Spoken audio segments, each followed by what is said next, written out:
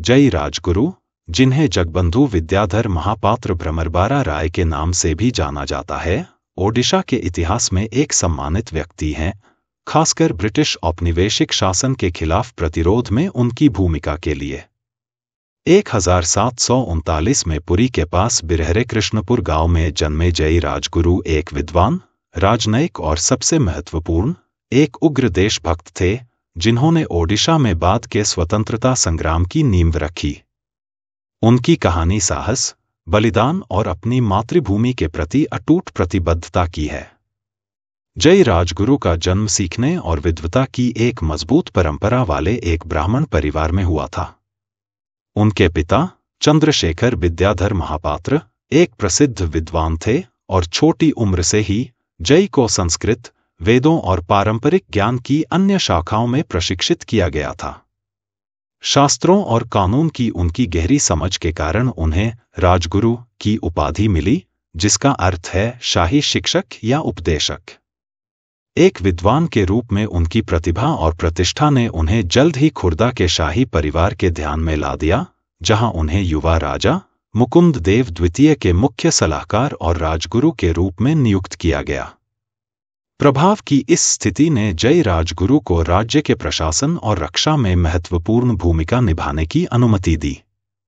18वीं शताब्दी भारत में भारी उथल-पुथल का समय था, जब ब्रिटिश ईस्ट इंडिया कंपनी ने देश के बड़े हिस्से पर अपना नियंत्रण बढ़ाया था। मुकुंद देव द्वितीय के शासन के तहत खुर्दा साम्राज्य ओडिशा में प्रतिरोध के अंतिम गढ़ों में से एक था। अंग्रेजों ने खुर्दा के सामरिक महत्व को पहचानते हुए राज्य को अपने नियंत्रण में लाने की कोशिश की। जय राजगुरु के रूप में ब्रिटिश इरादों से भलीभांति परिचित थे। वह समझ गए थे कि अंग्रेज केवल व्यापार में ही रुचि नहीं रखते, बल्कि धीरे धीरे पूरे देश पर कब्जा कर रहे हैं।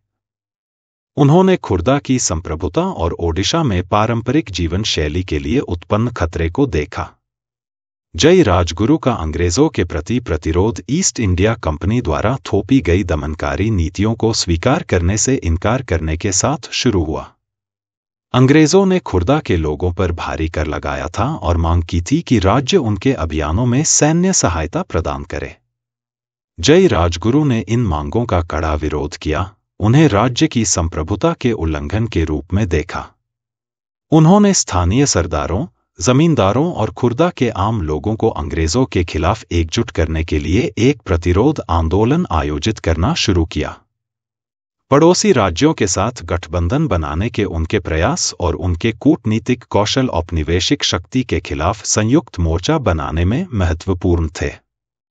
जय राजगुरु सिर्फ एक रणनीतिकार ही नहीं, बल्कि एक योद्धा भी थे। उन्होंने व्यक्तिगत रूप से अंग्रेजों के खिलाफ कई झड़पों में खुर्दा की सेना का नेतृत्व किया, गुरिल्ला रणनीति का उपयोग करके दुश्मन को आश्चर्यचकित कर दिया। स्थानीय इलाके के बारे में उनका ज्ञान और लोगों को प्रेरित करने की उनकी क्षमता ने उन्हें एक दुर्जेय प्रतिद्वंद्वी बना दिया।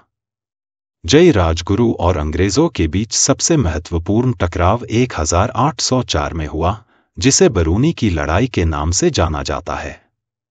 खुर्दा की राजधानी के पास स्थित बरूनेई हिल्स एक भयंकर युद्ध का स्थल बन गया, क्योंकि जय राजगुरु और उनकी सेना ने आगे बढ़ रहे ब्रिटिश सैनिकों के खिलाफ मोर्चा ले लिया। भारी संख्या में होने और आधुनिक हथियारों की कमी के बावजूद जय राजगुरु की सेना ने बहादुरी से लड़ाई लड़ी। लड़ाई कई दिनों तक चली और अंग्रेजों को काफी नुकसान हुआ। हालांकि बेहतर मारक क्षमता और सुदृढ़ीकरण ने अंततः अंग्रेजों को बढ़त दिला दी। यह महसूस करते हुए कि आगे प्रतिरोध से बड़े पैमाने पर विनाश और जीवन की हानि होगी, जय राजगुरु ने राजा मुकुंद देव द्वितीय को अंग्रेजों के साथ बातचीत करने की सलाह दी। हालांकि उन्होंने खुद आत्मसमर्पण करने से इनकार कर दिया और लड़ना जारी रखा। उनके अथक प्रतिरोध ने उन्हें अंग्रेजों का निशाना बना दिया, जो किसी भी विरोध को कुचलने के लिए कृतसंकल्प थे। जय राजगुरु की अवज्ञा सदैव टिक नहीं सकी। एक आश्चर्यजनक हमले में ब्रिटिश सेना उन्हें पकड़ने में कामयाब रही।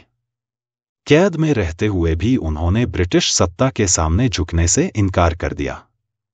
उनके साहस और संकल्प ने कई लोगों को प्रेरित किया, लेकिन इसने उन्हें औपनिवेशिक शासकों की नज़र में खतरा भी बना दिया। 6 दिसंबर 1806 को जय राजगुरु को अंग्रेजों ने क्रूर तरीके से फांसी दे दी। उसे एक बरगद के पेड़ की शाखाओं से बांध दिया गया और फिर हाथियों द्वारा फाड़ दिया गया। उनकी शहादत ने ओडिशा के लोगों को झकझोर दिया और औपनिवेशिक उत्पीड़न के खिलाफ प्रतिरोध का प्रतीक बन गया। जय राजगुरु का बलिदान व्यर्थ नहीं गया। उनके कार्यों ने प्रतिरोध के बीज बोए जो बाद में ओडिशा में एक पूर्ण स्वतंत्रता आंदोलन के रूप में विकसित हुए।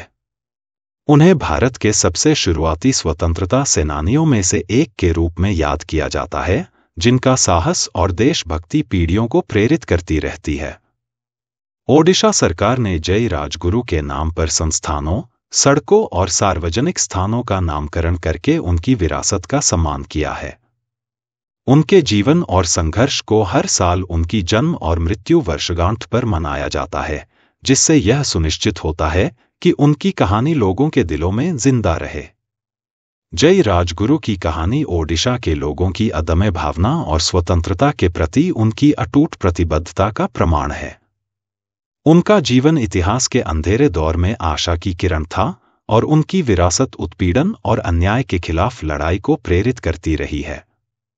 जैसा कि हम जय राजगुरु को याद करते हैं, हम न केवल एक व्यक्ति का सम्मान करते हैं, बल्कि उन आदर्शों का भी सम्मान करते हैं जिनके लिए वह खड़े रहे, साहस, बलिदान और स्वतंत्रता की निरंतर खोज।